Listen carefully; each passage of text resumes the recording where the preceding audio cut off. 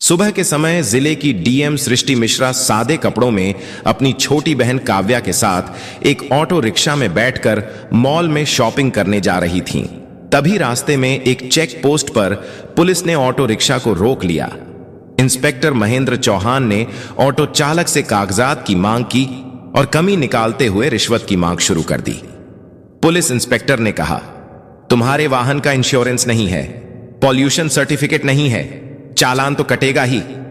Auto चालक हाथ जोड़कर बोला, साहब मुझसे गलती हो गई, कागज मेरे पास है लेकिन घर पर छूट गए हैं, मैं कल दिखा दूंगा, कृपया माफ कर दीजिए।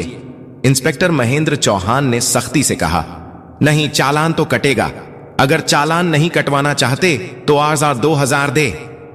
यह सुनकर डीएम सृष्टि मिश्रा चुपचाप पूरी घटना देख रही थीं। ऑटो रिक्शा वाला विनम्रता से कहता है, साहब अभी तो मैं घर से निकला हूं, दिन की शुरुआत ही हुई है, मेरे पास पैसे नहीं है, अभी तक मैंने एक भी रुपया नहीं कमाया है, मैं आपको कहां से पैसा दूं? पुलिसकर्मी तंज कसते हुए जवाब देता है, तुमने कल तो कमाया होगा, वह पैसा कहां गया? उन्हीं पैसों में से दे दो। ऑटो चालक ने निराश स्वर में कहा, साहब वह पैसे तो कल ही खर्च हो गए, मेरे पास सच में पैसे नहीं हैं, आप मुझे माफ कर दीजिए, आगे से ऐसी गलती कभी नहीं करूंगा, मैं हमेशा अपने कागज साथ रखूंगा। इस पूरी बातचीत के दौरान डीएम सृष्टि मिश्रा, जो ऑटो के पीछे बैठी थीं, चुपचाप सब कुछ देख और सुन रही थीं। जब police inspector Mahendra Chauhan auto rickshaw वाले पर रोप डालते हुए कहा, अबे गरीब भिखारी, तेरे पास Rs 2000 नहीं है, किसी भी तरह से मुझे Rs 2000 दे, नहीं तो तेरी ऑटो और रिक्शा को जब्त कर ली जाएगी। रिक्शा वाला बोला, सर मैंने क्या किया है जो मेरी ऑटो और रिक्शा आप जब्त करेंगे? मैंने कोई बड़ा अपराध किया है जो आप मेरा ऑटो रिक्शा को जब्त करेंगे? यह सुनते ही इंस्पेक्टर आग बबूला हो गया और उस ऑटो ड्राइवर को एक थप्पड़ जड़ दिया और बोला, मुझसे जवाब लड़ता है, तेरी इतनी औकात है? यह देखकर डीएम सृष्टि मिश्रा को गुस्सा आ गया। वह ऑटो से उतरकर उनके पास गईं और उन्होंने पुलिस वाले से कहा, आपको इस ड्राइवर को थप्पड़ मारने का अधिकार किसने दिया? यह कोई तरीका है?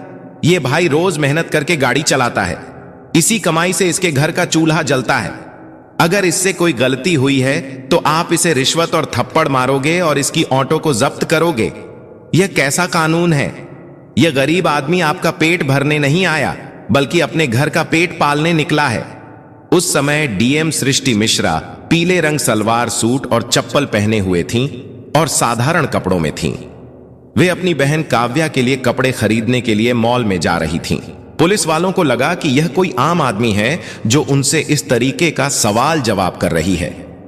सृष्टि की बात सुनकर सब इंस्पेक्टर महेंद्र चौहान और भड़क गया। उसने तीखे स्वर में कहा, तू मुझे सिखाएगी कि मुझे क्या करना चाहिए? बीच में बोलने किसने कहा? ज्यादा बकवास मत कर, वरना तुझे भी हवालात दिखा दूंगा। मैं पुलिस हूं, चाहूं तो अभी गिरफ्तार कर लूं, ज्यादा अकड़ मत दिखा, समझी?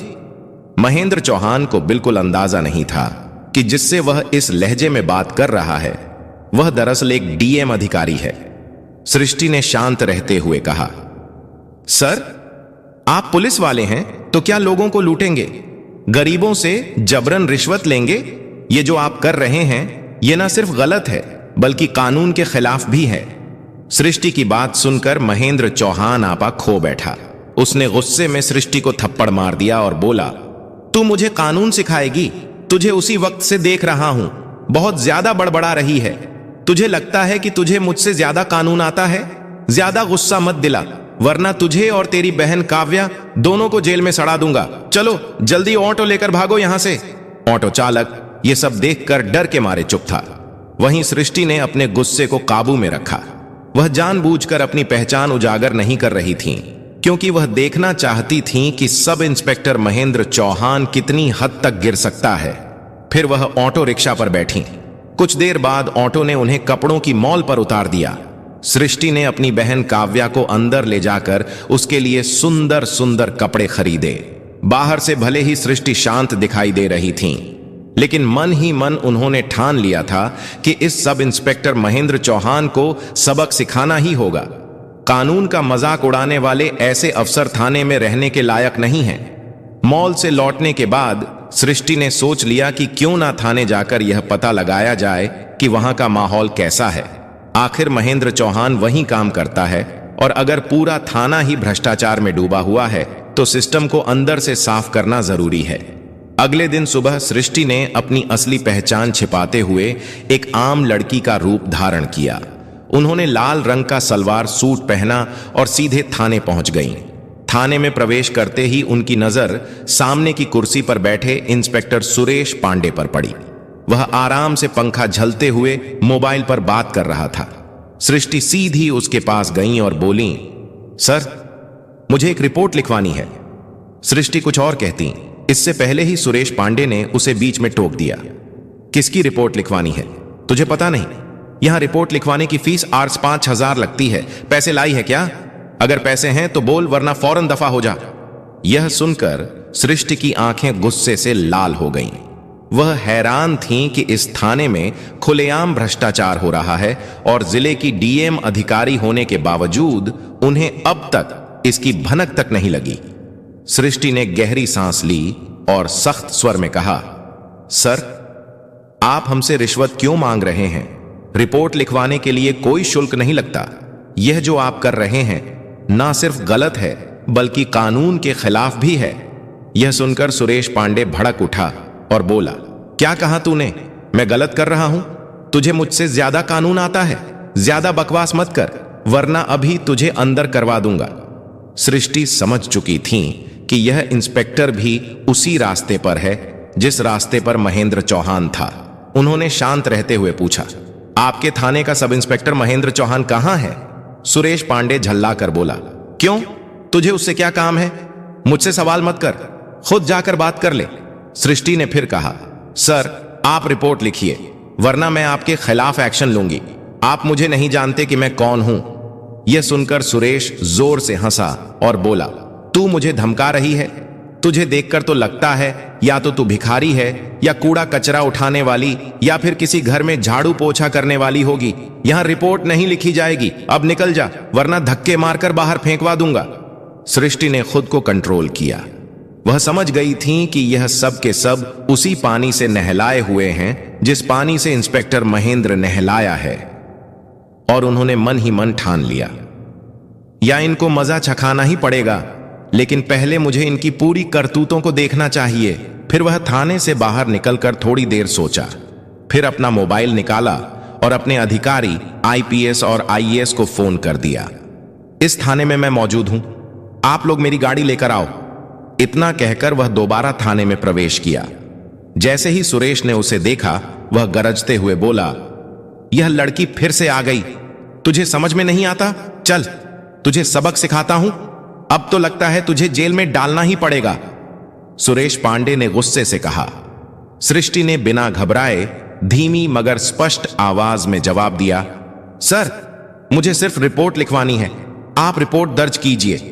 अगर आप ही जनता के साथ ऐसा बर्ताव करेंगे तो हम न्याय की उम्मीद किससे करेंगे? मगर पांडे फिर वहीं रट दोहराने लगा, मैंने कहा ना, रिपोर्ट लिखवानी है तो आरसा 5,000 निकालो। बिना पैसे यहां कुछ नहीं होगा। बार बार परेशान मत कर, वरना धक्के मारकर बाहर फेंक दूंगा। सृष्टि मन ही मन सोच रही थी, कितने नीचे गिर चुके हैं यह लोग। इन्हें इतना भी नहीं मालूम कि किसी महिला से कैसे बात की जाती है। वह हल्की मुस्कान के साथ बोली, देखिए सर, आप रिश्वत क्यों मांग रहे हैं? कानून में कहीं नहीं लिखा कि रिपोर्ट दर्ज करने के लिए जनता से पैसे लिए जाए। आप साफ साफ कानून तोड़ रहे हैं। अगर आपने रिपोर्ट दर्ज नहीं की तो मैं आपके खिलाफ सख्त कार्रवाई करूंगी। आप खुद को बड़ा अधिकारी समझते हैं, लेकिन आपको अंदाजा भी नहीं कि आपके साथ आगे क्या होने वाला है। यह सुनकर पांडे बुरी तरह तिलमिला गया। उसने 2 सिपाहियों को इशारा करते हुए आदेश दिया, इस लड़की को बाहर निकालो और सबक सिखाओ। यह ऐसे नहीं जाएगी। दोनों सिपाही सृष्टि की ओर बढ़े ही थे हाथ पकड़ने को कि तभी थाने के दरवाजे से कड़क आवाज गूंजी, रुको! सबकी नजरें दरवाजे की तरफ घूम गईं और वहां खड़े देखकर सभी दंग रह गए। अंदर आ चुके थे आईएएस और आईपीएस अफसरों का दल, जो डीएम सृष्टि को बुलाने आया था। उनके पीछे कुछ और वरिष्ठ पुलिस अधिकारी भी थे। उनमें से एक ने गुस्से में सुरेश पांडे पर नजर डालते हुए कहा, बेहुदे इंस्पेक्टर, ये क्या कर रहे हो? तुम्हारी अब भी इसी वक्त वर्दी उतर जाएगी और जिंदगी भर जेल में सड़ोगे। यह सुनते ही पांडे के हाथ पांव कांपने लगे, माथे से पसीना टपकने लगा। हकलाते हुए उसने सफाई देनी चाहिए, साहब यह लड़की। लेकिन इससे पहले कि वह बात पूरी करता, सृष्टि आगे बढ़ी। उनका चेहरा अब और भी तेज और दृढ़ लग रहा था। वह गूंजती आवाज में बोली, चुप रहो पांडे, यह लड़की नहीं, मैं जिले की डीएम हूं और मैंने अपनी आंखों से देख लिया है कि यहां आम जनता के साथ कैसा व्यवहार किया जाता है। तुम्हें लगता है कि यह थाना तुम्हारी निजी जागीर है? अब समझ आएगा असली कानून क्या होता है। थाने का माहौल बदल चुका था। सिपाही एक दूसरे का मुंह देखने लगे। जिन दो सिपाहियों ने अभी अभी सृष्टि को पकड़ने की कोशिश की थी, वे डर के मारे पीछे हट गए। आईएएस अधिकारी ने गुस्से में टेबल पर जोर से हाथ मारा और आदेश दिया, कांस्टेबल, तुरंत इंस्पेक्टर पांडे को हिरासत में लो, अभी, इसी वक्त। एक क्षण की भी देरी बर्दाश्त नहीं होगी, वरना अंजाम तुम जानते हो। पूरा थाना सन्नाटे में डूब गया। जो पांडे कुछ देर पहले शेर की तरह दहाड़ रहा था, वही अब हाथ जोड़कर गिड़गिड़ा रहा था। वह सृष्टि की तरफ देखकर रोते हुए बोला, मैडम, मुझसे गलती हो गई, एक मौका दीजिए, मेरी नौकरी चली जाएगी। लेकिन सृष्टि की आंखों में जरा भी नरमी नहीं थी। उन्होंने ठंडे और कठोर स्वर में कहा, गलती तब गलती होती है जब वह एक बार हो। तुम्हारा अपराध गलती नहीं, आदत है, और इसकी सजा तुम्हें मिलकर ही रहेगी। जनता की आवाज दबाना, कानून का मजाक उड़ाना और महिला का अपमान करना अपराध होता है, गलती नहीं। डीएम सृष्टि ने कठोर शब्दों में अपने अधिकारी आईपीएस को बोली, इन्हें तुरंत के तुरंत सस्पेंड करो और उनके हाथों में हथकड़ियां लगाओ।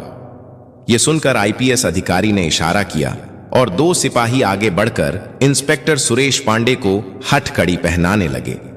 थाना परिसर में मौजूद बाकी पुलिसकर्मी सर झुकाकर खड़े थे। जैसे ही पांडे को ले जाया गया, तभी थाने के दरवाजे से अचानक इंस्पेक्टर महेंद्र चौहान थाने के मेन गेट से अंदर आया। उसके चेहरे पर घबराहट थी, लेकिन वह हालात कुछ समझे बिना ही अंदर चला आया। जैसे ही उसने डीएम सृष्टि को सामने खड़ा देखा, उसके होश उड़ गए और उसके चेहरे पर वही सीन घूम गया जब सड़क पर उसने ऑटो वाले का चालान काटते वक्त सृष्टि को आम लड़की समझकर थप्पड़ जड़ दिया था। उसी दिन उसे लगा था कि बस एक मामूली वाकया है, लेकिन आज वह समझ गया कि उसके सामने वही लड़की और उसके पीछे आईएएस, आईपीएस, बड़े बड़े अधिकारी क्यों खड़े हैं। उसके मन में चलने लगा कि मैंने जिसे थप्पड़ मारा था, उसने डीएम ऑफिस में कंप्लेंट की होगी, इसलिए अधिकारी यहां जांच पड़ताल करने के लिए आए हुए हैं। तभी इंस्पेक्टर महेंद्र बुदबुदाते हुए कांपती आवाज में उन बड़े अधिकारी से बोला, सर, यह लड़की एक नंबर की लफंगी है। जब मैं एक ऑटो वाले का चालान काट रहा था तो यह मुझसे भिड़ गई और मुझे थप्पड़ मारने लगी। तो मैंने इसे कुछ भला बुरा कहा तो यह डीएम ऑफिस में जाकर कंप्लेंट कर दी, जिससे आप लोगों ने यहां आकर सुरेश पांडे को गिरफ्तार कर लिया। बल्कि आप लोगों को इस लड़की को गिरफ्तार करना चाहिए था। यह बात सुनकर पूरा थाना सन्नाटे में छा गया, मानो कुछ बड़ा होने वाला है। तभी आईपीएस अधिकारी गुस्से में एक एक थप्पड़ महेंद्र के गाल पर लगा दी और कड़क आवाज में बोले, इंस्पेक्टर महेंद्र, तुम हद में रहो। तुम जिनके बारे में बोल रहे हो, तुम नहीं जानते कि यह महिला कौन है। ये बातें सुनते ही इंस्पेक्टर महेंद्र की मानो दिल का दौरा पड़ गया हो। उसने कांपते और एकदम डरते हुए आवाज में बोला, सर, आप क्या बोल रहे हैं? आखिर ये मैडम है कौन? इससे पहले कि आईपीएस अधिकारी कुछ बोलना चाहता, तभी डीएम सृष्टि ने उसकी तरफ सीधी नजरें डाल दी। उनकी आंखों में वही आग थी जो उस दिन सड़क पर थप्पड़ खाते वक्त दबी हुई थी। डीएम सृष्टि तेज और गंभीर स्वर में बोली, याद है वही थप्पड़? आज तुम्हें अपनी पूरी जिंदगी पर भारी पड़ने वाला है। इंस्पेक्टर महेंद्र, उस दिन तुमने सोचा होगा कि एक आम लड़की को नीचा दिखाकर तुम जीत गए, लेकिन असलियत यह है कि उस थप्पड़ ने मेरी आत्मा को नहीं, बल्कि तुम्हारे पूरे सिस्टम की गंदगी को उजागर कर दिया। तुमने सिर्फ मुझे नहीं मारा था, बल्कि उस जनता की आवाज को मारा था जो तुमसे न्याय की उम्मीद करती है। थाने के भीतर ऐसा सन्नाटा पसर गया, मानो किसी ने सबकी आवाज छीन ली हो। महेंद्र का चेहरा पल भर में फीका पड़ गया था। होंठ कांप रहे थे, पर आवाज जैसे गले में ही अटक गई। तभी सृष्टि ने गंभीर स्वर में कहा, आज मैं सिर्फ डीएम बनकर नहीं आई हूं, बल्कि उन तमाम लोगों की तरफ से खड़ी हूं जिन्हें तुम्हारे जैसे अफसर हर जगह बेइज्जत करते हैं, चाहे सड़क पर हो, थाने में या दफ्तर में। तुझे लगा था कि वर्दी पहन ली तो खुद को भगवान समझ सकता है, लेकिन आज तुझे पता चलेगा कि कानून सबके लिए बराबर है, पुलिस वालों के लिए भी। बस इतना कहकर सृष्टि ने टेबल पर एक तगड़ा थप्पड़ मारा। डर के मारे सब चौंक गए और वह चिल्लाई, कांस्टेबल, इंस्पेक्टर महेंद्र को गिरफ्तार करो, वर्दी उतारो और सस्पेंशन की रिपोर्ट अभी बनाओ। आईपीएस अफसर ने बिना एक सेकंड गंवाए इशारा किया। 2 सिपाही आगे बढ़े, महेंद्र के हाथ में हथकड़ी डाल दी। बेचारा बुरी तरह कांप रहा था। गिड़गिड़ाकर बोला, मैडम प्लीज माफ कर दीजिए, गलती हो गई, मैं पहचान नहीं पाया था। लेकिन सृष्टि ने उसकी बात बीच में काट दी। कानून किसी की पहचान नहीं पूछता इंस्पेक्टर, सबके लिए बराबर है। तेरी माफी से जनता का दर्द कम नहीं होगा, अब अदालत तय करेगी। पूरा थाना सुन रहा था। पहली बार सबके दिमाग में यह बात घर कर गई। अब इस जिले में जो भी जनता पर जुल्म करेगा, उसकी जगह सिर्फ सलाखों के पीछे है। सुरेश पांडे और महेंद्र को हथकड़ी पहनाकर बाहर लाया गया तो बाहर खड़ी भीड़ में हलचल मच गई। लोग एक दूसरे से फुसफुसाने लगे। यकीन ही नहीं हो रहा था, जिले के 2 बड़े अफसर आज कानून में फंसे बैठे हैं। आईपीएस अफसर ने मीडिया को साफ साफ बोल दिया, अब से इस जिले में दादागिरी नहीं, कानून चलेगा। चाहे पुलिस वाला हो, नेता हो या आम आदमी, गलती करेगा तो सजा मिलेगी। भीड़ ने ताली बजाई। कुछ लोग मोबाइल से वीडियो बना रहे थे, जैसे कोई ऐतिहासिक पल हो। सिपाही दोनों को जीप में बैठाकर सीधा जेल ले गए। जेल के गेट पर गाड़ी रुकी तो खुद जेलर बाहर आ गया। सृष्टि और आईपीएस अफसर ने आदेश दिया, इनको कैदी बना दो, आज से यह अफसर नहीं अपराधी हैं। फिर दोनों की वर्दी उतरवा दी गई, सफेद कैदी वाली ड्रेस पहना दी। चेहरों पर शर्म, गुस्सा, पछतावा सब एक साथ दिख रहा था। लोहे की सलाखों के पीछे धकेला गया तो सुरेश पांडे रोने लगे। महेंद्र बड़बड़ाया, अगर उस दिन थप्पड़ न मारा होता तो शायद आज यह दिन नहीं देखना पड़ता।